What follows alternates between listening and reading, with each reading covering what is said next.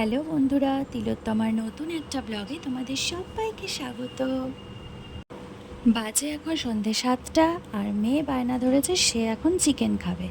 তো সেই মতো তো তার বাবাও ছুটলো চিকেন আনতে, কিন্তু বলেছে অন্য রকম কিছু। নর্মাল রেগুলার বেসিসে আমরা যে চিকেন খাই সেইটা নাকি উনি খাবেন না। ঠিক আছে, চলো ঝটপট চটজলদি কী বানানো যায় অন্যরকম তাই এখন দেখি। আমি এখানে কড়াইতে ঘি দিয়েছিলাম, আর ঘিয়ের মধ্যে একদম রাফলি চপ করা কিছু পেঁয়াজ, আদা রসুন আর সামান্য কটা কাজু বাদাম দিয়ে ভালো করে ভেজে নিয়েছিলাম। তবে একদম লাল করে ভাজা যাবে না, হালকা একটুখানি গোল্ডেন ব্রাউন হলেই নামিয়ে নিতে হবে। তো এগুলোকে আমি একটু হালকা ফ্রাই করে নিচ্ছি। আর এখানে আমি ক্যামেরাটা অন করতে একদম ভুলে গেছিলাম। তো আমি চিকেনটা লেবু, গোলমরিচ গুঁড়ো আর বাটার দিয়ে ভালো করে ম্যারিনেট করে রেখে দিয়েছিলাম। ও সামান্য নুনও দিয়েছিলাম যাতে মাংসের ভেতরে নুনটা ভালো করে ঢুকে যায়।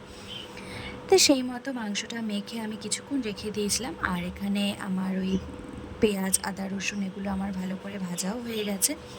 তো যেহেতু ওটা গরম ছিল আর আমার ছিল খুব তাড়া, আমাকে তো এক্ষুনি বাটতে হবে, কারণ ঠান্ডা করার মতন অত সময় আমার কাছে ছিল না। তো তার জন্য এক টুকরো বরফ দিয়ে দিয়েছিলাম।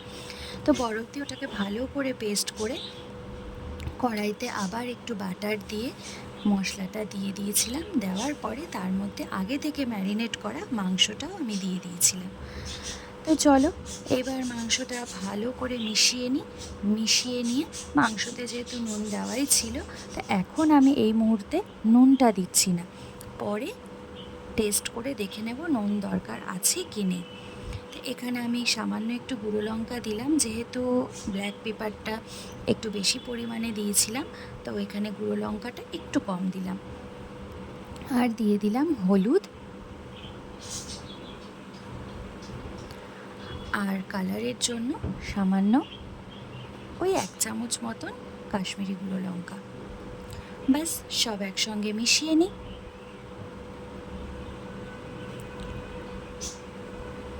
মেশানো হয়ে গেলে ঢাকা দিয়ে একদম লো হিটে এটা রান্না করতে হবে।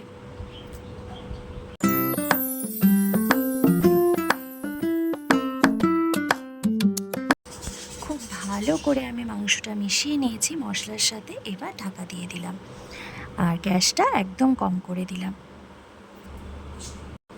মোটামুটি 10 মিনিট পরে আমি আরেকবার ঢাকাটা তুলে আবার একটু ভালো করে নাড়িয়ে নেব, কারণ কাজু বাদাম বাটা দেওয়া আছে যেহেতু, সেই কারণে একটু মাঝে মাঝে নাড়িয়ে না নিলে কড়ার নিচে লেগে যেতে পারে। ব্যাস নাড়িয়ে আবার একবার ঢাকা দিয়ে দিলাম। মোটামুটি 20 মিনিট হয়ে গেছে। 20 মিনিট পরে এসে আমি ঢাকাটা যখন তুললাম, খুব সুন্দর গন্ধ বেরিয়েছে। বেসিক্যালি এই রান্নাটায় না জল দেওয়ার কোনো দরকার পড়ে না, চিকেন থেকে যে জলটা বেরোবে ওতেই রান্না হয়ে যায়। নামাবার আগে কাসুরি মেথি আর বাটার দিয়ে গরম গরম সার্ভ করো রুটি বা পরোটার সাথে।